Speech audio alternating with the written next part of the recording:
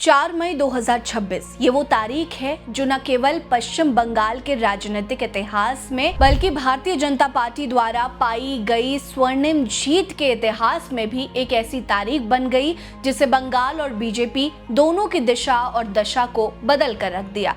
BJP ने आखिरकार 1.5 दशक के संघर्ष को जीत के जश्न में बदल दिया और बंगाल से ममता बनर्जी वाली तृणमूल कांग्रेस सरकार को जड़ से उखाड़ फेंका। देर आए दुरुस्त आए, लेकिन अब भी एक राज्य की लड़ाई है जिसमें बीजेपी को केवल एंट्री करने में ही जूते घिसने पड़ रहे हैं। वहां पैर जमाने की बात फिलहाल के लिए तो मुद्दा ही नहीं है। जी हां, हम बात कर रहे हैं पंजाब की, जहां अगले साल विधानसभा चुनाव है। फिलहाल पंजाब में पहली ही बार में विधानसभा चुनाव में उतरी और बहुमत के साथ विजयी हुई आम आदमी पार्टी की सरकार है। वहीं उससे पहले कांग्रेस की बादशाहत थी। ऐसे में जहां कांग्रेस फिर से वापसी करना चाहती है तो बीजेपी पंजाब में अपनी नाक बचाना चाहती है, जिसके लिए अब तो खुद बीजेपी का प्रमुख चेहरा पीएम नरेंद्र मोदी भी चुनावी मैदान में उतर गए हैं। मगर सवाल यह है कि क्या बीजेपी पंजाब की जनता को लुभा पाएगी? आइए एक विश्लेषण करते हैं।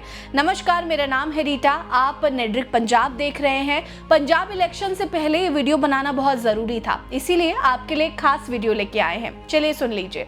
आज के समय में बीजेपी पूरे भारत में एक ऐसी पार्टी बन चुकी है जो विजयी मानी जाती है, लेकिन बावजूद इसके 2022 में जब पहली बार करीब 35 सालों के बाद बीजेपी शिरोमणि अकाली दल के बिना विधानसभा चुनाव में खड़ी हुई तो बुरी तरह से औंधे मुंह गिर पड़ी। अकाली दल के साथ मिलकर सरकार चलाने वाली बीजेपी को 2020 के किसान आंदोलन के बाद अकाली ने दरकिनार कर दिया और किसानों के साथ खड़ी हो गई। बुरी तरह से नाराज पंजाब की जनता ने बीजेपी को अच्छा सबक सिखाया और बीजेपी को 117 विधानसभा सीटों में से मात्र 2 सीटें मिली। संदेश साफ था पंजाब की जनता का, हमसे टकराना भारी पड़ेगा। फिर से 5 साल बीतने वाले हैं और जनता का भरोसा जीतने के लिए बीजेपी ने कई दांव खेले हैं, जिसमें से एक 17 जुलाई 2026 को पीएम नरेंद्र मोदी का दौरा और मिशन आत्मनिर्भर भी शामिल है। पीएम नरेंद्र मोदी करीब 110 साल पुराने जालंधर कैंट रेलवे स्टेशन का उद्घाटन करेंगे, जिसका करीब 125 करोड़ रुपए की लागत से रीडेवलपमेंट किया गया। पंजाब की समृद्ध सांस्कृतिक विरासत और धरोहर के साथ साथ आधुनिकता की मेल जोड़े इस स्टेशन की ऐतिहासिक पहचान को कायम रखा गया है। इसके जीर्णोद्धार से पंजाब की जनता को लुभाने में क्या वाकई में मदद मिलेगी? पंजाब को विकास की राह पर ले जाने की पहल तो काफी अच्छी है, लेकिन इसके अलावा बीजेपी की तैयारियां इस बार और मजबूत है। पंजाब में बीजेपी राष्ट्रीय अध्यक्ष नितिन नबीन चुनावी तैयारियों को देखने के लिए 3 दिनों का दौरा किया था, जहां केंद्रीय मंत्री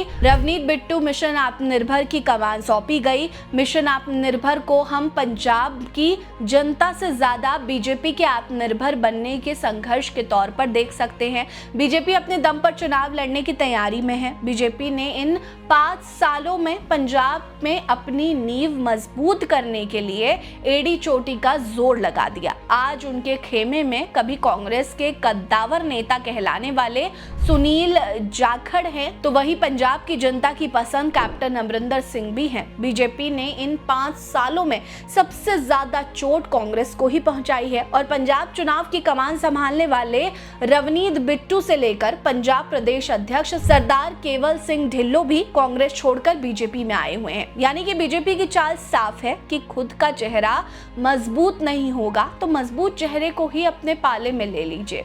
मिशन आत्मनिर्भर के तहत बीजेपी का चलाया जा रहा अभियान दोआबा, मांझा और मालवा क्षेत्रों के SC/ST वर्ग पर पंजाब के शहरी और ग्रामीण क्षेत्रों के युवाओं और किसान और व्यापारियों के साथ साथ को पहली बार मतदाता बन रहे हैं, उन पर फोकस किया जा रहा है। इन लोगों को बूथ स्तर पर जोड़ने के लिए जमीनी स्तर पर अभियान चलाया गया है।